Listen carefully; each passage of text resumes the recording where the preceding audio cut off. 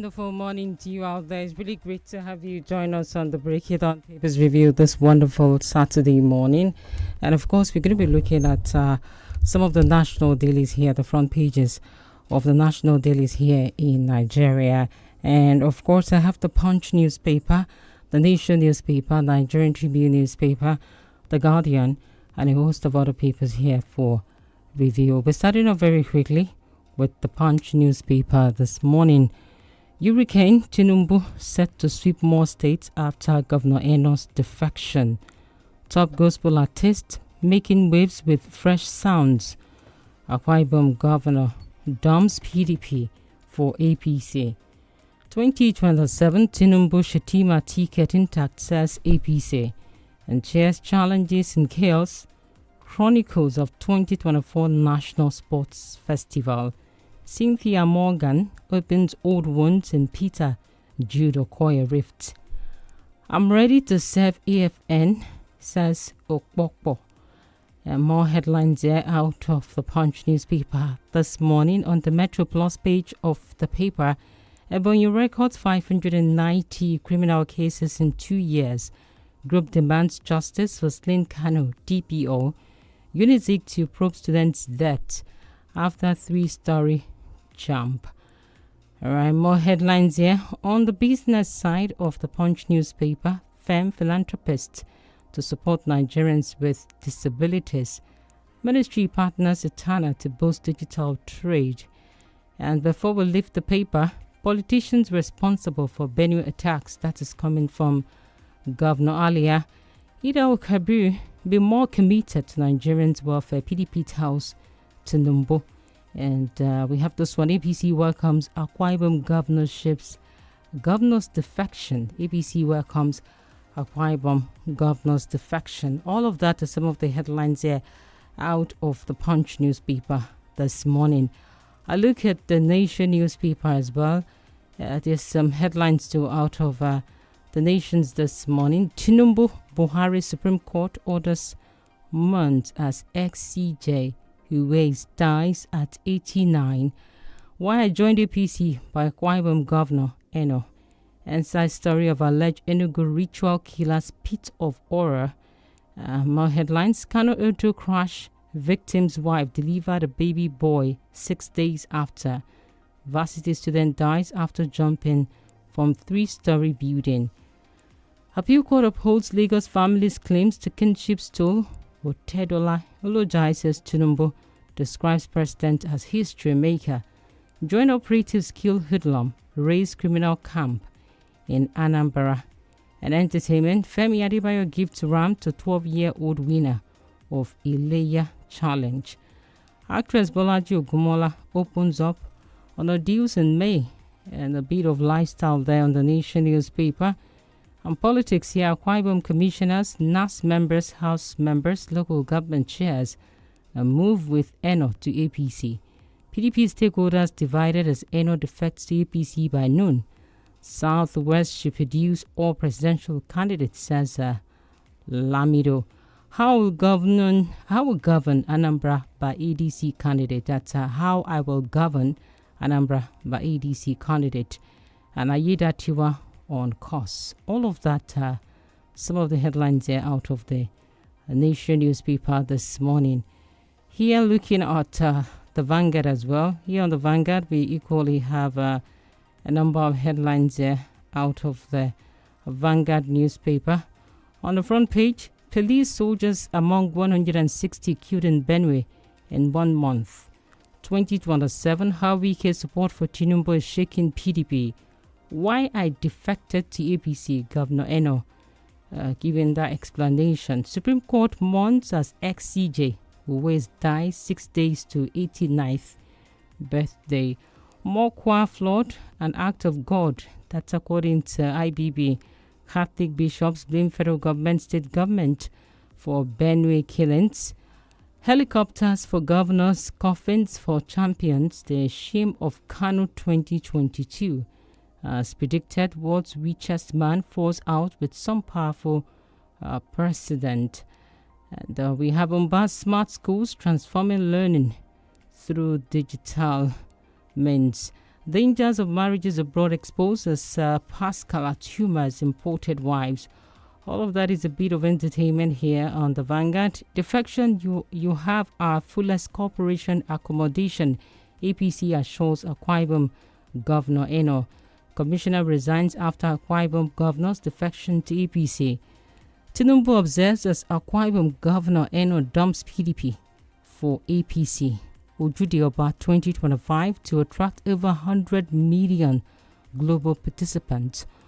All of that are some of the headlines there out of the Vanguard this morning. We also look at the Cable NG. There are quite a number of headlines still here on the Cable NG this morning. Right here on the Cable, and we have quite a number of headlines still here on the Cable NG. And this is your Laughter Dial 32 FM 94.9, and taking a look at some of the front pages and what the headlines are saying this morning. On the Cable NG, Mohammed Abacha heads to Supreme Court over OPL 245 ownership. Arokodare scores as Nigeria's friendly tie with Russia ends in stalemate. And Akwa Ibom Commissioner resigns, says he can't join Umo Eno in APC. It's official, Akwa Ibom Governor Umo Eno defects from PDP to APC. And a bit of extra, resigned from Rise TV and face your job as a major spokesperson, Bikes INT'L Abati. Ex-CG and Mohammed Uwais dies at 88.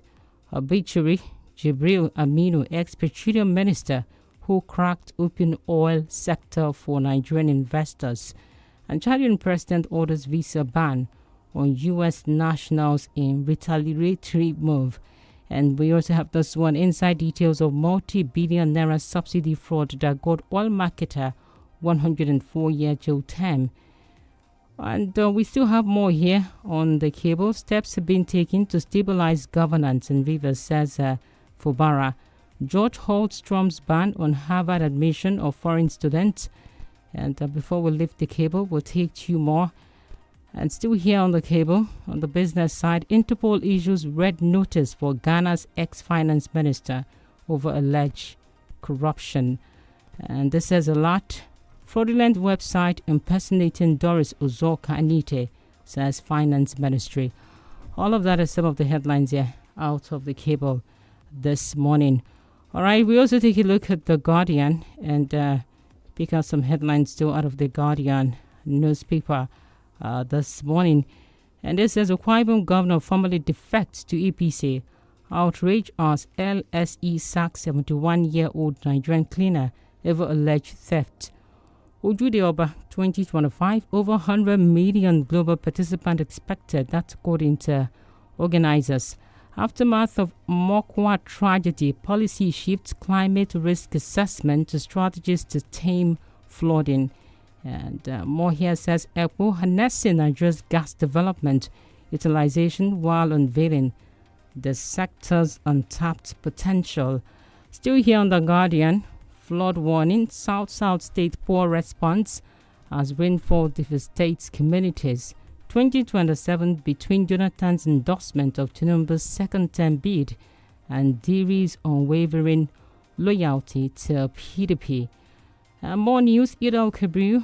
Tinubu urges prayers for troops tax Nigerians in unity sacrifice. Khan facilitates Muslim Sikhs prayers for Mokwa flood victims. Clerics charge Muslims to uphold virtues of kindness, love, sincerity. Sanusi Bayero lead parallel Salah prayers in Kano. Eid Kabir Dangote Muftwang orders urge patience with federal government over reforms.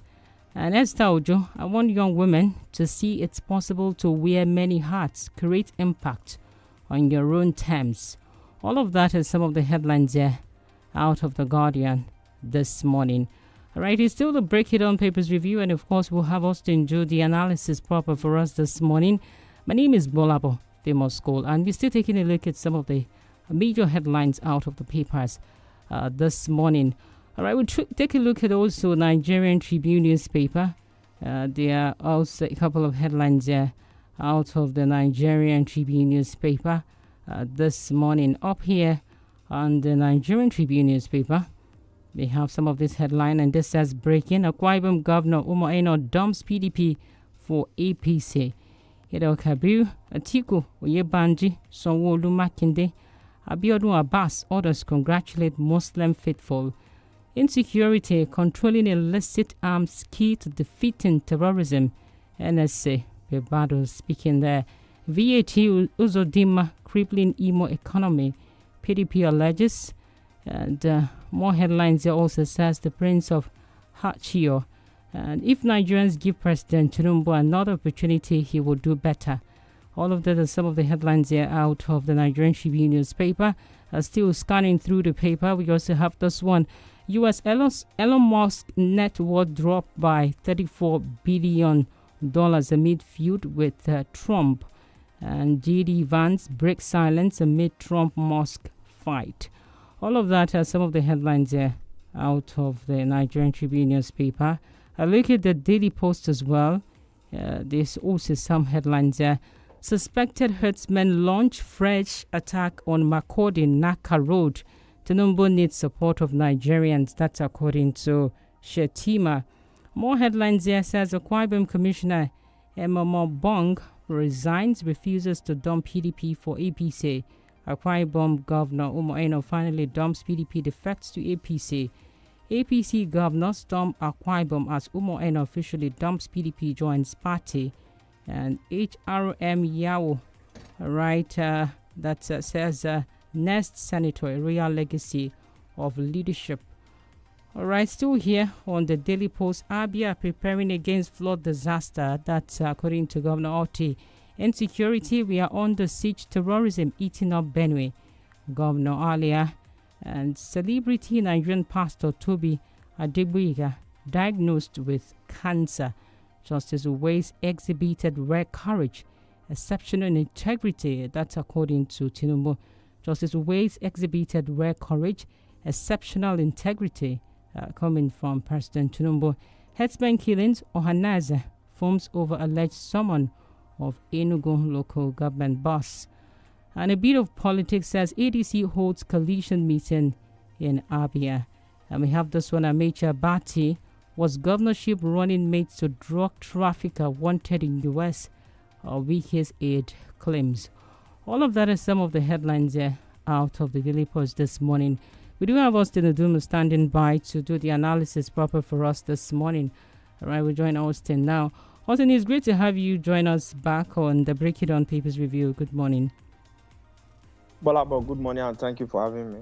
All right, Austin. The screaming headline here appears to be coming from Akwa Ibom State, the defection of Governor Eno and some members of the House of Representatives and other commissioners joining him to cross carpet to the APC itself. Should it be a major plus for the governor, because it appears that within the political arena itself, it's a big major move, especially for the APC, and we're seeing that the president hasn't said anything at all with the recent move of Governor Eno to APC itself. Yeah, I think the recent move by Nigerian politician can be termed as political gambling. Everybody is looking for political survival. Don't mind whatever politician tell you as an excuse for defection. And this is across board, it's on both sides. So don't let people deceive you by creating a narrative as if defection is good from one end to the other and is bad from one end to the other. Nigerian politicians are always the same when it comes to personal and selfish political interests. That is the driving force. The other thing that anybody tells you about the reason is just a figment of their imagination. Let me say it again. Nigerian politicians don't cross carpet because of ideas. They don't cross carpet because of ideology. They don't cross carpet because of value. They don't cross carpet because of performance. They cross carpets having the end in mind in terms of what beholds them of their political future. So I think this has put paid to the innuendo that the governor of Akwa Ibom, I'm going to defer today, I'm going to defer tomorrow. The other time he was threatening people. You know, everything has been rested now. Whether he has made the right choice is a matter of time.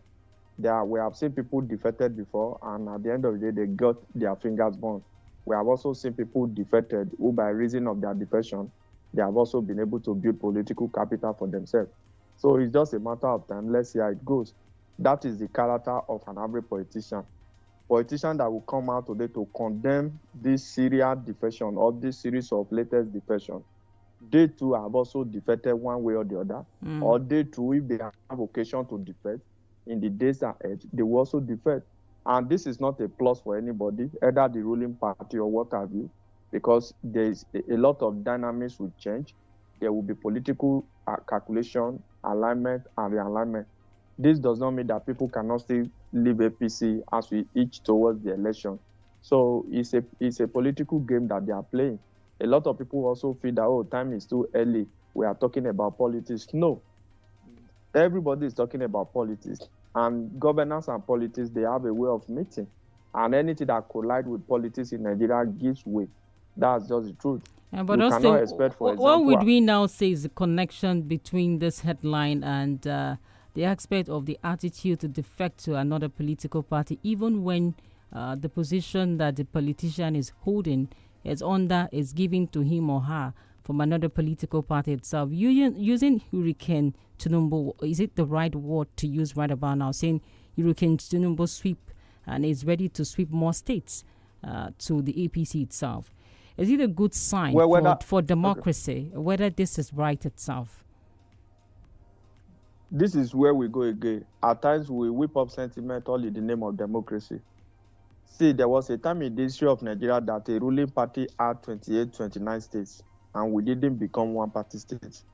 What we can simply ask for is that let there be legislative intervention that would debar people from moving from one party to the other, especially when they have the mandate. But don't also forget the Constitution permits an individual and guarantee an individual right to personal liberty. So that is also neither here nor there. So we have seen people move with their mandate. We have seen people move with their position intact. If you ask me, GBOLABO, my take is that if you think you are popular, allow the election to come and cross to another party and win election on that platform. But this is what we have seen. I don't expect us to make it look as if it should change under because Governor Eno is cross-carpeting, or because Oboriwo of Delta is cross-carpeting, or because people are moving from opposition to the ruling party. I do not expect it. We have seen this in the past.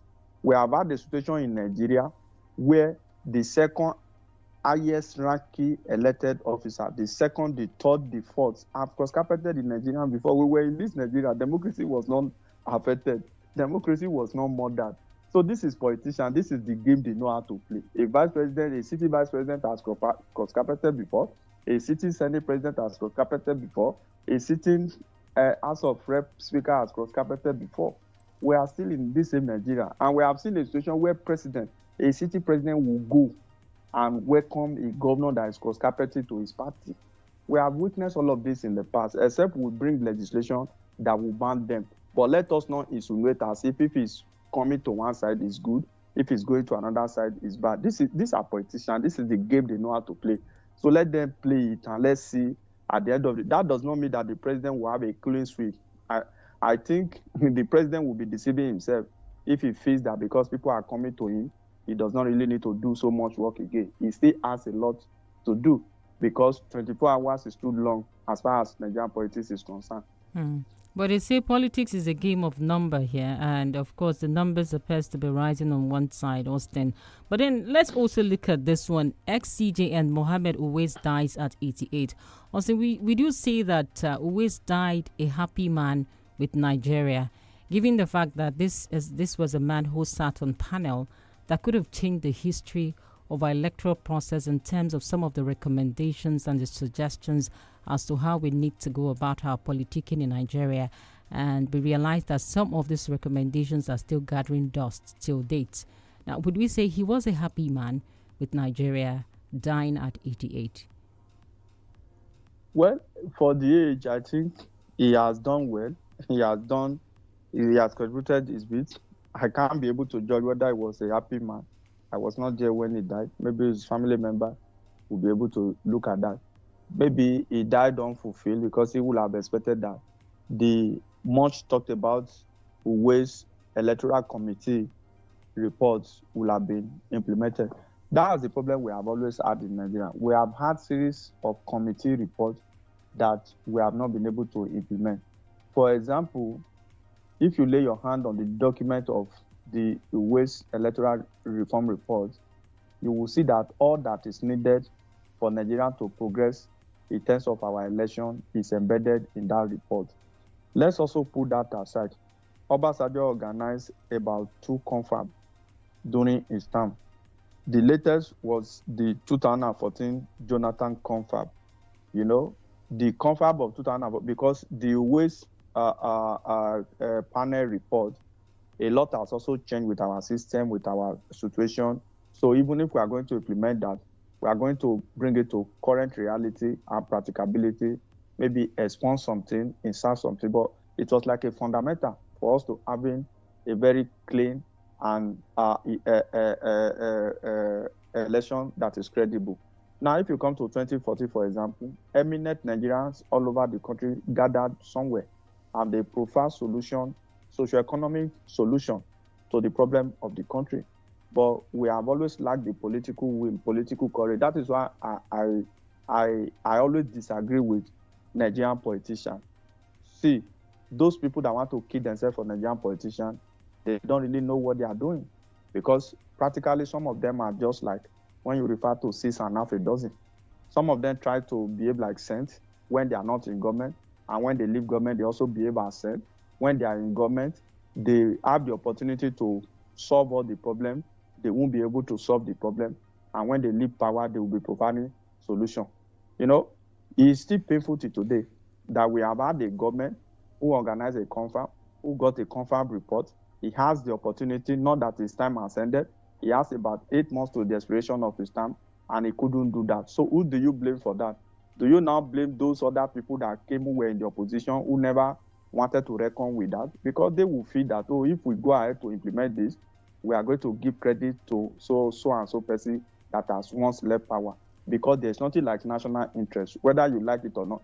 Even an average Nigerian politician, they are first of all loyal to their ethnic group than to the national interest. So that's the problem that we are finding ourselves. Until and unless we have a government that has the political will, the enormous courage to be able to deal with some of these issues that we have. In my view, if you ask me, look at the waste report, dust it up, look at the 2014 confab report, let's draw it. Things that are in those reports that can help us to sanitize the electoral system, the boundary system, our socio-political and economic situation in the country, we should be able to do them. But you know the ticket of an average Nigeria, everything is contestation for power. They want to grab power at all costs. So that is what we are witnessing again now. Those people who came to grab power in 2014, they are about the splinter group now. They are gathering somewhere. They want to come in 2027 to sell a dummy to us and say, no, we said it the other time, please forgive us. You know, there was a politician that went before the people and said, please forgive us. We are begging for forgiveness without repentance. So what has changed? These are the issue. When they leave power, they automatically become hero of democracy. When they are in power, they become untouchable. Nobody can talk to them. So this is the scenario. So Uwais has lived a very good legacy as a former justice of the Supreme Court, and he has done his best to ensure that the country move forward. But incidentally, we are where we are today, unfortunately so. All right, Austin, while laughing did not visit Oni, that's according to it. Now, we've seen of recent what appears to be supremacy rift. That's the picture being painted, and that's a grim picture of what is going on with the respected stools in the southwest region. Because if you look at the Alaafin of Oyo and Oni of Ife, this is a very highly respected stool. Should we have this kind of display? Looking at how modest our traditional stool has been in time past before now. Well, I think there is no point for that. But if we look at it on the flip side, people will also read meaning to it. Because you want to look at the bowl stool, you know, one is acclaimed to be superior to the other. But in the real sense of it, what is the place of the common man? This has to do with tradition. What are we learning from it? we can't continue to have a situation. There's no time in history. I think it has really gone down for some time, maybe under this current leadership of the Ooni of Ife. There was a time it was always in the news. There was always tension between the Ooni of Ife and the Alaafin of Oyo. So at some point during the time of Oba Adeyemi and Oba Sijuade, there was always this tension.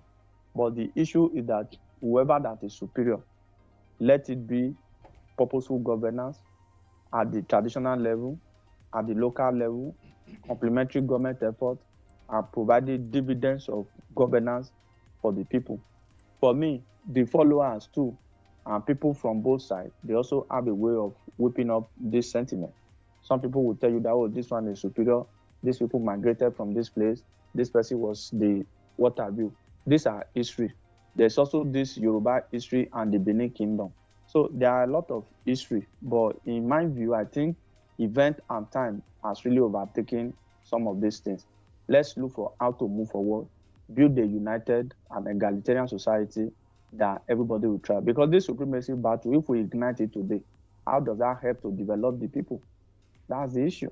What do we stand to gain from them? There was a time a bill was in Oyo State House of Assembly of traditional ruler chairmanship rotation. That generated a lot of controversy. Government must not, at any point in time, fuel our traditional crisis. It does not help the system. It weakens the structure.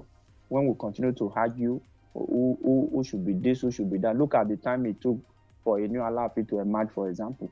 It does not make sense. Things should be done properly, in order, decently, and in accordance with essence law. So for me, I do not see the reason why there should be rancor. Who is superior or who is not superior? Let the people feel the impact of their reign. Or else the Mokwa flood, an act of God. That's what IBB is saying. Would we say this is an act of God or carelessness and recklessness of the what appears to be the governance structure over time? We'll talk about the ecological fund and how it's been used, especially looking at even the Niger Delta region. And now you have alerts being issued, red alert in some states that it could be very devastating. 200 people dying. And Mokwa Austin, would we say it's an act of God? Can God watch this happen?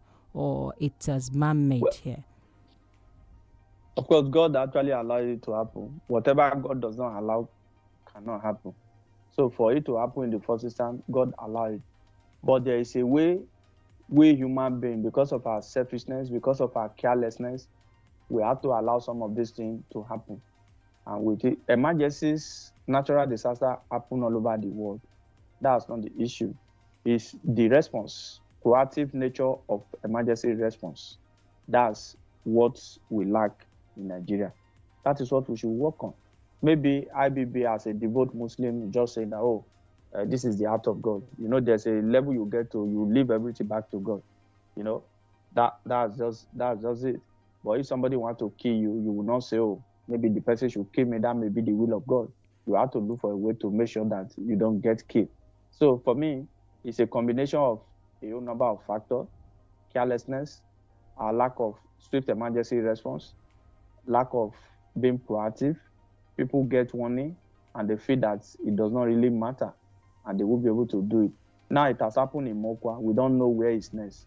What effort are we making at state level to mitigate some of these things? Because most of the time we call on the federal government. It's good that the federal government should come and act as big brother. But at state level, what effort are we putting to ensure that our water channels are properly dredged? We build our drainages very well.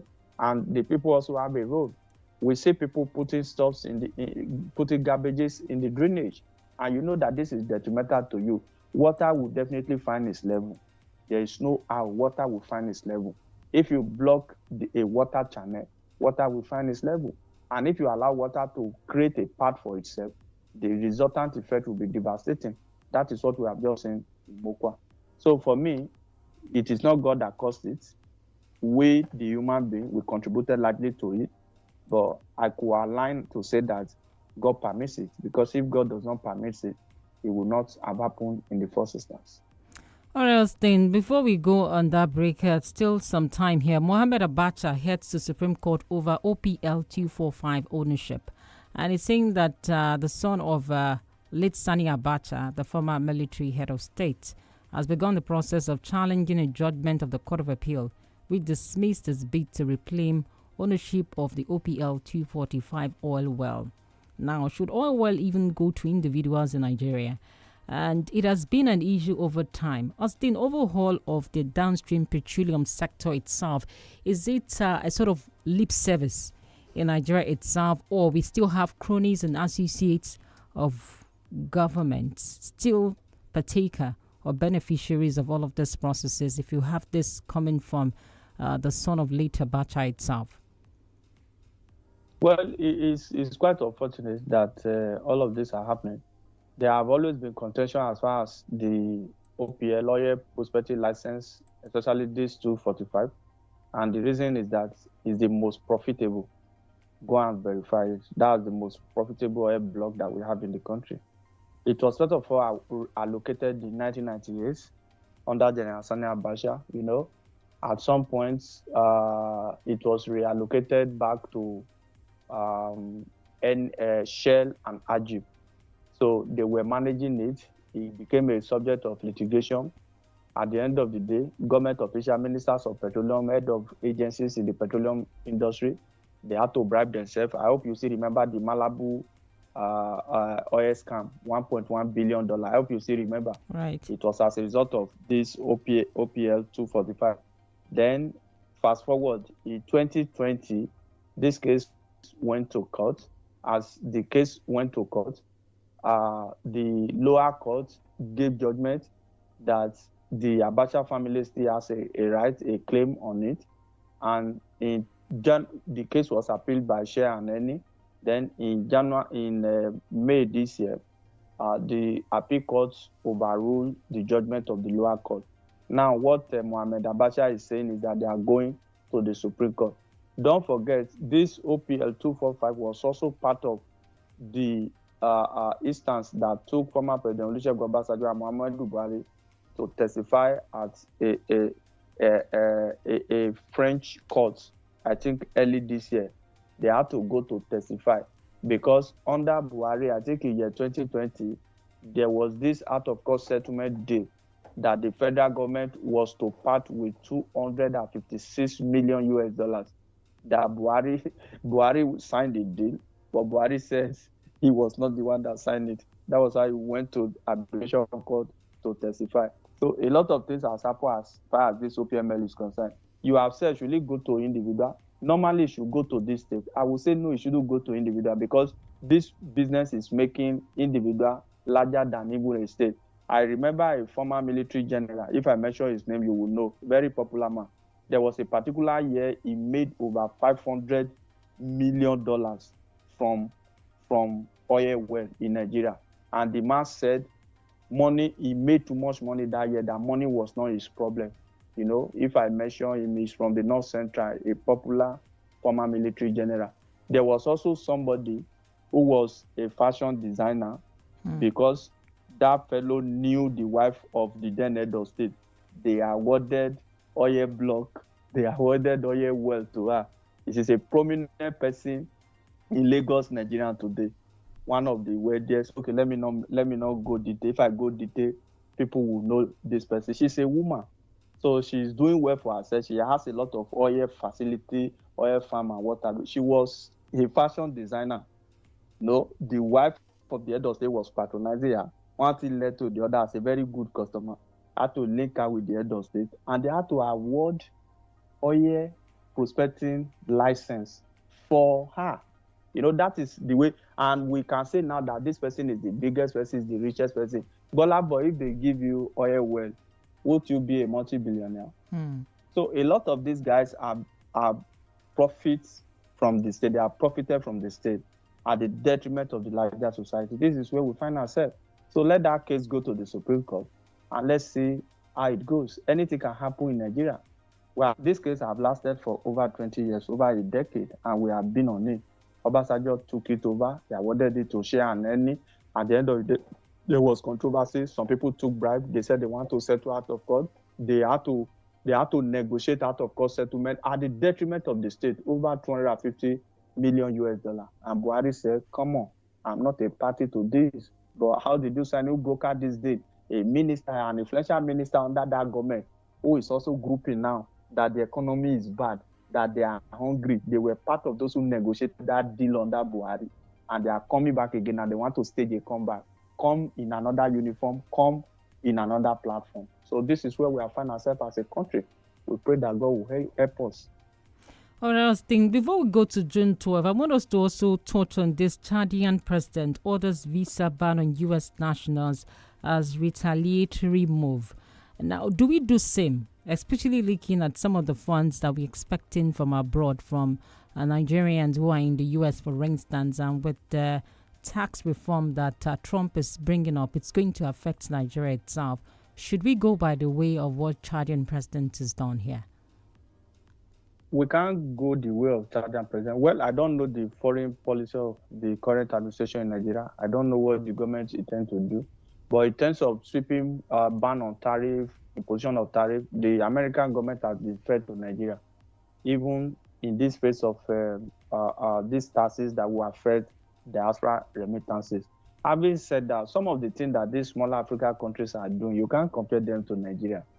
Some of our citizens in some countries like the US, they are even more than the population of some countries in Africa. You understand? There is this African country that has a population. Benin Republic, for example, has a population of around 40 million plus, which means that Lagos State is more than Benin Republic. So you cannot expect Nigeria to take decision that a Benin Republic government will take, for example. We look at the market, we look at our citizens. There's nowhere on earth that you don't find Nigerians. So if you want to take economic policy or retaliatory policy, you have to look at it. All my life, places that I've traveled to outside the country, I've never really come across a Chadian person. I don't know whether you get what I mean. It doesn't mean that they are not, but not like Nigeria. So Nigeria should look at all of this, take economic decision. I think 𝐾𝐈𝐒 should not describe what we should do, that we should exploit the opportunity for a stronger synergy and partnership. Look at it very well. I think American president is having somebody to fight with now. So a lot of this trade tension across the world will have to come down. I think he's having a serious fight now. A lot of people brought him to power. They have seen now that, this man, if care is not taken, will destroy the economy of the whole world. And it's going on. So Chadian government may take that decision. But Nigeria, even if we are going to take that decision, we must look at the way we have mismanaged ECOWAS issue, for example. And that has impacted us negatively in the area of security. So I wish that the president of Nigeria should particularly revisit the issue of ECOWAS. So I don't want us to take a rash decision. All right, Austin, June 12 is almost around the corner. And now you have this headline says, NAPS cancelled June 12 protest planned against NMDPRA. And the story is saying that they had wanted the resignation of Farouk Ahmed, the CEO of the Nigerian Midstream and Downstream Petroleum Regulatory Authority. Now, what is the significant symbol for many Nigerians when we talk about June 12? Should it be highlighted again by protests, reawakening what appears to be old wounds here? Well, the people has the right to protest. It's a civil liberty right for people to protest. As far as the protest is going to be peaceful, the protest will not infringe on the fundamental human rights of the people. Having said that, protest has not really worked in Nigeria. That's the truth. I know a lot of people will phone in this morning and say, they should go and protest, they should go and fight. But at the end of that day, all of us will lock our own children inside our room and encourage others to go and protest. It has never really yielded any result. I believe constructive engagement to protest, because protest will further inflict more pain on the people. I have lost somebody. I lost somebody in the June 12, 1993 saga. As we speak now, the person didn't die. We didn't hear that he died. He was missing. I was also caught up in that web. At even a 𝐾𝐈𝐒 where 𝐾𝐈𝐒 declared he declared himself as president. All right, so a lot of things. Okay, we have to take this bill right about now. And when we do come back, we'll be having more on the Break It On Papers review. Please do stay with us.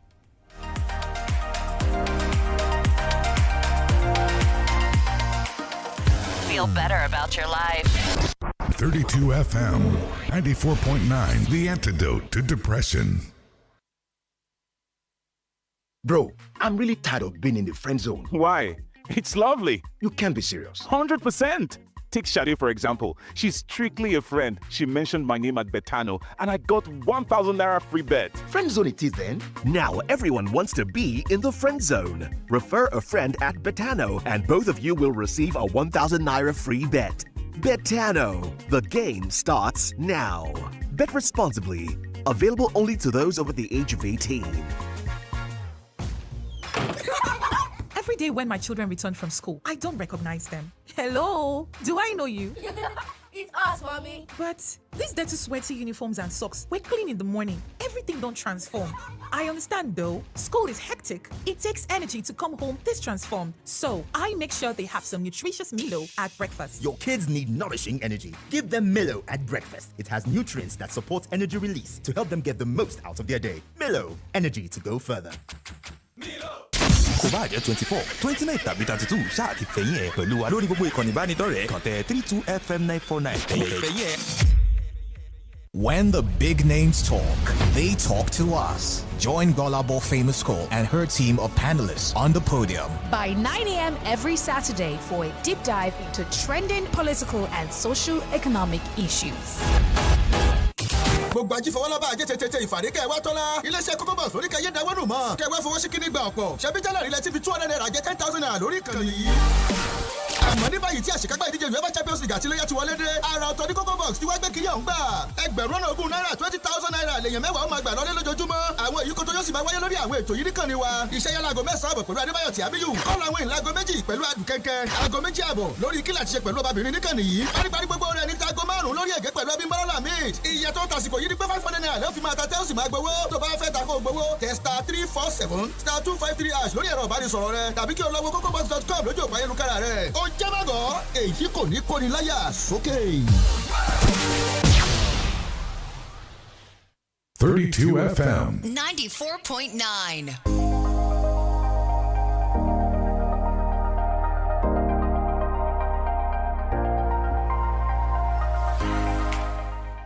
All right, you're welcome back. It's still on to Break It On Tapers Review here on your Laughter Dial 32 FM 94.9. And it's right about time to open the phone lines and also take your calls.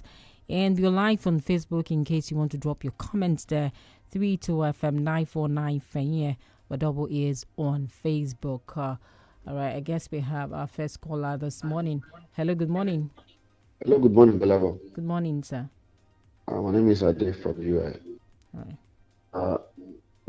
For once, I've never supported any protest against this current government. The protest, the kind of protest I want is a kind of protest that will cancel the next election at least for 6 months and pave ways for total reforms for a period of 6 months. Maybe we can have an interim for 6 months. A lot of things need to be reformed, GBOLABO. Judiciary, INEC, all those things. Look at the way all of them are defecting to APC now. And meanwhile, just recently, when you defect to another party, with your mandate, you drop your mandate and you go and join that party. But when these people came, they used Supreme Court and all kind of corny ways to cancel that. People now, after that, people now troop into their party and be sharing Nigerian money that is meant for you and I, GBOLABO. They are sharing, buying SUV, giving each lawmaker 2 billion, 1 billion for Ileya festival. Is that reasonable, GBOLABO? But if you have youth in this country, they can demonstrate. Let us have a reform that pave way for good leadership, good election, and good judiciary. If we don't do that, if we have another election, this group of people, they will be the one to be there. I'm even having that from a reliable source that the result of election of 2027 is already written from UK. Can you see? But let us have a protest that will demand cancellation of that election for 6 months. Those are the best of today. All right, thank you so much, Ade, for that. The numbers are 070-55,949 or 080-97,949 plus 234 90 62,949. All right. Hello, good morning. Hello, good morning, GBOLABO. Good morning. Good morning, Mr. Austin. This is Benjamin calling from Afajan. All right. That the process that will usher in what he said. This is Nigeria. Some things my so that to stabilize to stabilize the country.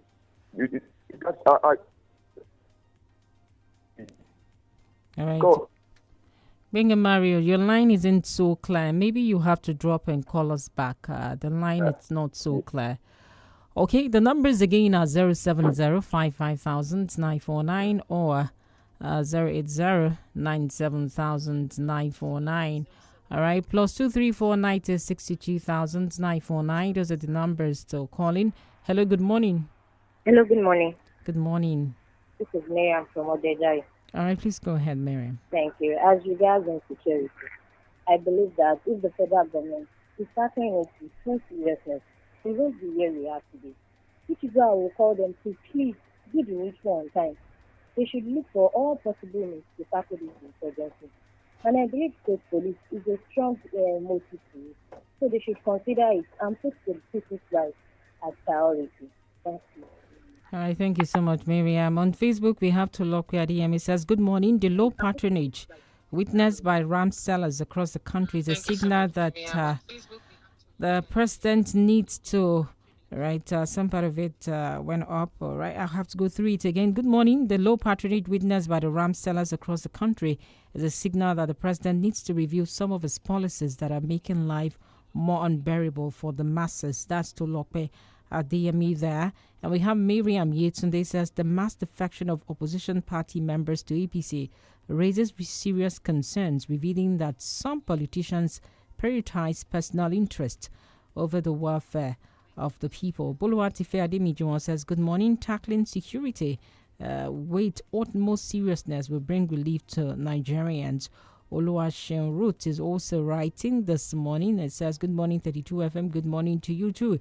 It seems the days of insecurity are not yet over because the yet another attack really shows that the federal government hasn't done anything tangible to curb this menace of insecurity.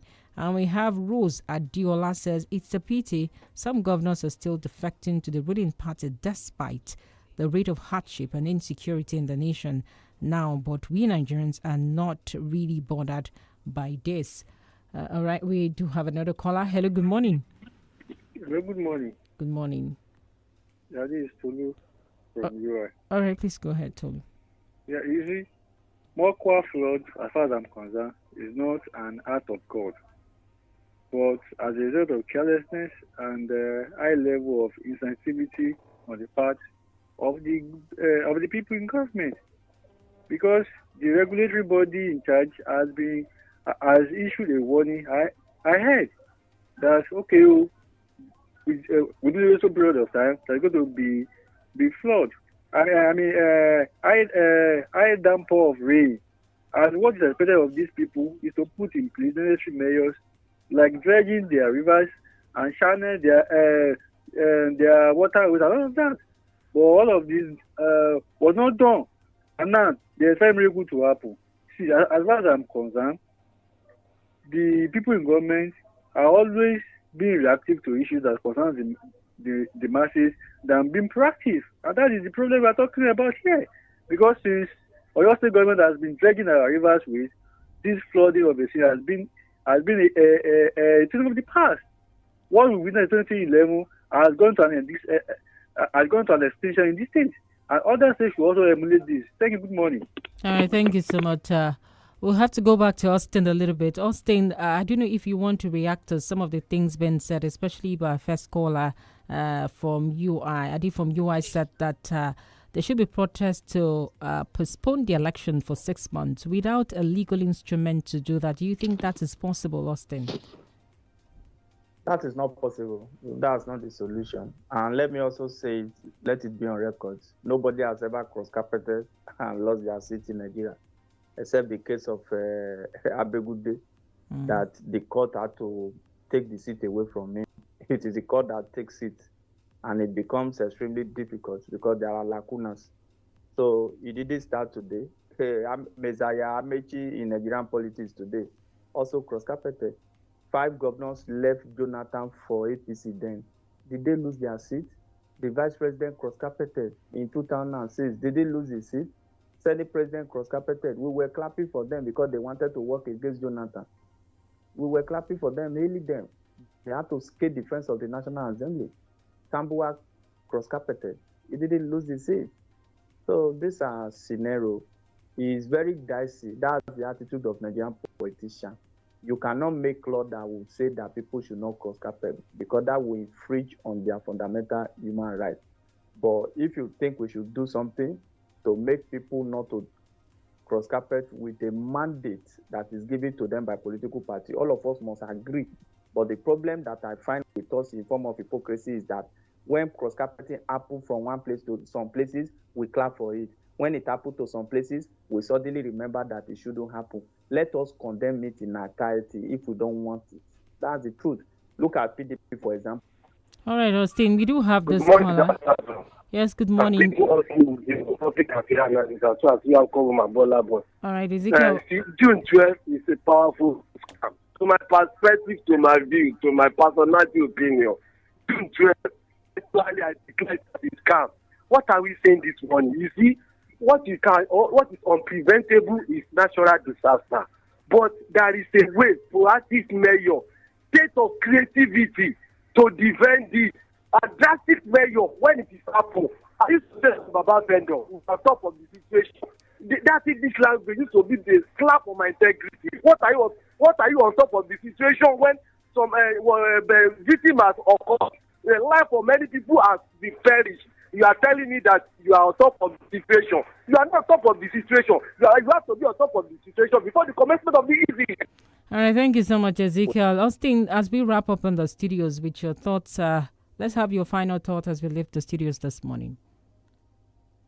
So my final thought is that for the remaining states that flooding have been predicted, let the governors wake up, state and federal agencies, let them do the needful, even create awareness. Let there be sensitization to educate the people to always reserve water channel for water, not water channel for garbages. God bless Nigeria. God bless Oyo State. All right, thank you so much, Austin, for doing this with us. I do acknowledge Joseph Omoli for your call, but our time is fast spent. We can't take that. And to all those who dropped your messages on Facebook, we say a big thank you, and that's the much we can take on the Break It On Papers review.